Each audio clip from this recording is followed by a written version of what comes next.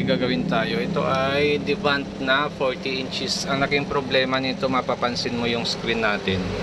So ito maayos. Pagdating dito sa baba, medyo may problema. Yan o. Yan. So nagno-normal naman siya, kaya lang lumalabas talaga yung problema dito. Kagaya niyan, no? Yun, normal na naman siya. Lalabas na naman ito. Yan. So yan yung problema niya. Okay, so try natin kung magagawa natin ito. At kung bago lang kayo sa aking channel, huwag kalimutan mag-subscribe. YouTube channel natin ay EdTechPH saka Skill TV. So mayroon din tayo reels sa FB naman. Ganon din yung pangalan, EdTechPH din. So ito ang kanyang mainboard. At ang gamit na panel ay ganito naman. Yan. So ito ay na-repair na rin ito. Nagalaw na rin yung mga parts nito. Pero try pa rin natin kasi nilipat sa atin. So board number ito. Tapos ito nagalaw na rin siya. So gagawin natin dyan, try muna natin ihang yung isang side ng swapping voltage. Kasi mapapansin mo yung problema ng unit natin ay parang papalit-palit. So ibig sabihin nun, nasa swapping voltage yung issue nun. Kasi nga yung supply ng swapping voltage natin ay papalit-palit yan. Negative, positive, negative, positive. So pag pinasukan siya ng ganong supply, doon mo makikita yung problema ng screen ay same doon sa supply na pumapasok sa ating LC1, LC2 or odd even signal natin. So try natin maghang dito ng dalawang signal. Tinanggal na natin yung LC1 natin. Ito, LC1 natin tinanggal na natin, tapos yung LC2 natin tinanggal din natin. So wag nyo lang wag nyo lang iwala yung resistor. So ginawa natin diyan ay dinikit lang natin yung resistor dito. So check natin ulit yung display nito. Tingnan natin kung may pagbabago ba sa display nito, kung gano'n ang setup na gagawin natin.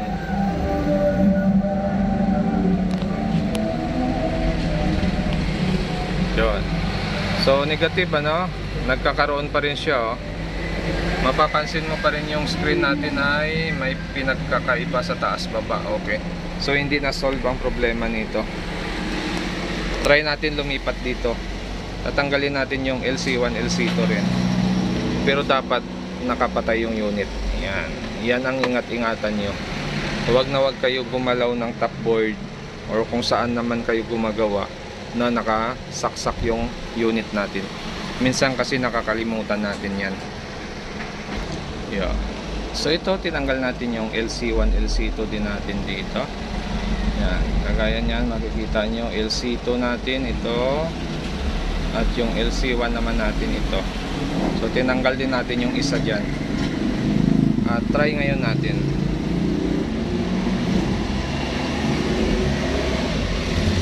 Saksak ko lang siya, tapos power on natin dito.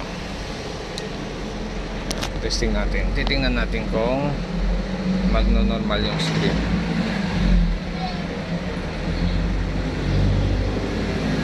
So yung mga ganitong repair ay try and error talaga. Pwedeng mag-normal, pwedeng hindi. Pero sa ginawa natin ngayon ay nag-normal siya.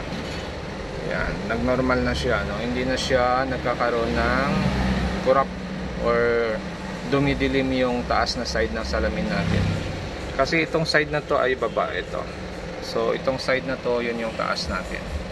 So mapapansin nyo dyan, normal na yung display natin, hindi na kumukurap at hindi na nakakaroon ng itim, ha? Yun, no? Okay na siya. Yan. So ang ginawa natin dyan, mapapansin nyo, tinanggal natin yung LC1, LC2 dito. Pero yung kabila, hindi rin natin ikinabit yung LC1, LC2. So ibig sabihin yan, walang LC1, LC2 ito or swapping voltage. Ito wala ding LC1, LC2 or swapping voltage. So magkabilaan yung panel natin na walang swapping voltage or LC1, LC2.